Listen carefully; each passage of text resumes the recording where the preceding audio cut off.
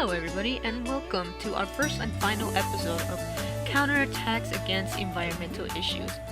I'm your host, Larissa, and I'm here with my co host, Larry. Hey, what's up, everybody? Today we're going to be talking about the problem with CO2 emissions. Okay, so for those of you who don't know, large amount of CO2s are emitted into the air, causing problems for people who have respiratory problems and the future generations to come. Yes, that's right. CO2 emission mostly come from natural tropical forest fires, but with the increase of demands of fossil fuels, people contribute to the excessive carbon dioxide emissions being released into the air by burning them in our cars. Well, I mean, I don't really blame the people too much. A lot of Americans use them as a source of energy, whether it be cars or keeping themselves warm or just in their homes in general. Well, that's true. There are other ways to get the same amount of energy while still being environmental friendly. We don't always have to use this sort of methods.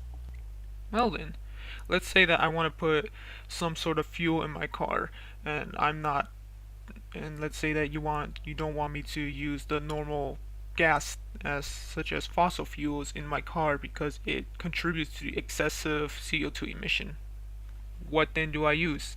Well, Larry, there is a fuel called biodiesel, which function as regular diesel, but it's made from vegetable oils. Okay, can you explain more about it in detail? Well, for starters, since it's made from vegetable oils, they came from plants. And naturally, plants absorb CO2 that's released into the air, and then out comes oxygen. When the plant is manufactured into the diesel, there would be little to no CO2 emitted and still function as normal fossil fuels. That's pretty neat. Just go back a little to where you say that there is a high demand for fossil fuels. Do you think that this plant-based fuel would satisfy the demands? Absolutely, because while we have to constantly look for gases or fossil fuels in general, a lot of biodiesel can be manufactured easily. Just be careful when your job is to manufacture them. I'm no genius when it comes to the technical bits, but I heard that if not treated properly, it can cause accidents. But they are a good source for being friendly to the environment. Well, I'm American. I'm sure I can get someone to do it for me. But anyways, I also heard that electric cars are another good way to reduce CO2 emissions. That's another good way of countering the problem.